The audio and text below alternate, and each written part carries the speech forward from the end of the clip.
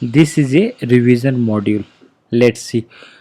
Assertion: there is a close relationship between volcanic activities and plate margin.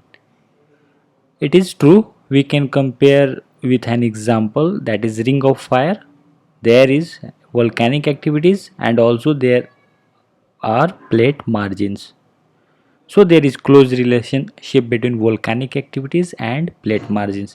Reason: a vast majority of the world's volcanoes are associated with the convergent plate margin. It is also true. We can here also quote the same example, the ring of fire. There are convergent plate margins and there also volcanoes happen. So assertion and reason are true, and reason is the correct explanation for assertion. Which one of the following period when the sea level around the world was as much as 130 meters lower than today? It is Pleistocene. In Pleistocene, we have already learned there were four ice ages. That is Gunj, Mendel, Reis, Worm. Now we have to match plate with their direction of the movement. Indo-Australian plate moves in the direction of north east, but here we have matched with north because there are no options, because Cocos plate already matched with northeast. See, this is plate Cocos plate that is moving in northeast direction. So both Indo-Australian plate and Cocos plate move in northeast direction. Nazca plate east direction. See, this is Nazca plate subducting under South American plate, movement in the direction of east, and Pacific plate in the direction of northwest. Already deal, dealt with Pacific plate movement in the direction of northwest. Here Hawaiian Island, their volcanic eruption happened due to hot magma, not plate margins. And this is the Indo-Australian plate direction, that is northeast. Now Harry Hess has given the theory seafloor spreading, Jeffrey thermal contraction theory, Hutton doctrine of uniformitarianism, Hall and Dana theory of geosyncline. The premise that the present day processes have been operating throughout geological time is the principle of uniformitarianism. The direction of horizontal line on an inclined rock strata is known as strike.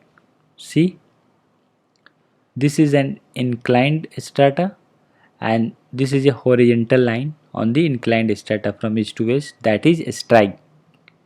And what is dip?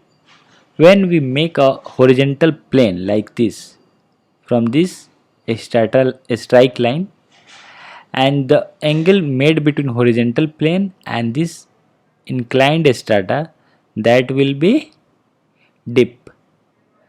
Here see, this angle is equal to that angle from the horizontal plane to inclined strata. Why? There is a property that uh, when two lines are intersect by a line, their alternate interior angles are equal. So let's not go into mathematics formula, but try to remember that the strike is horizontal line on inclined strata and dip is the angle on a horizontal plane and the inclination, how much inclination have, that is dip. So anticline, crest, syncline, trough.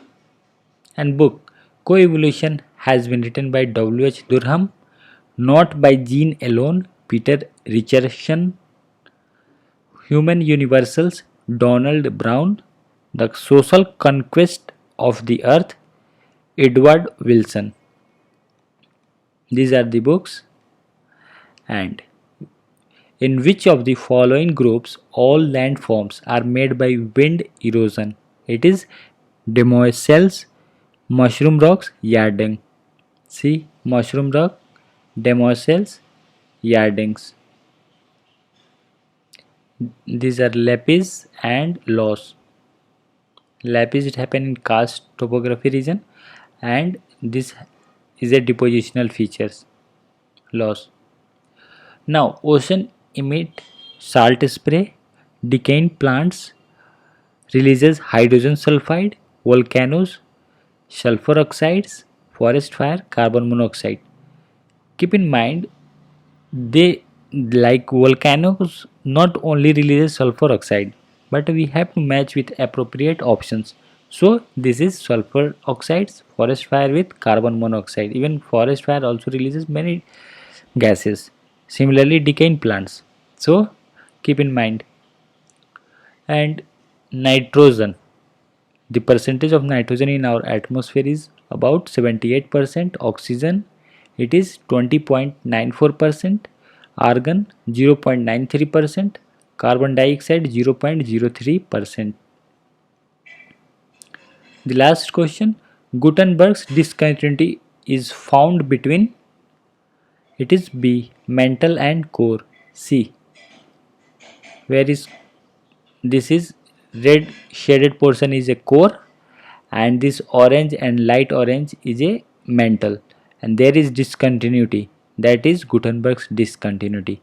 That's all.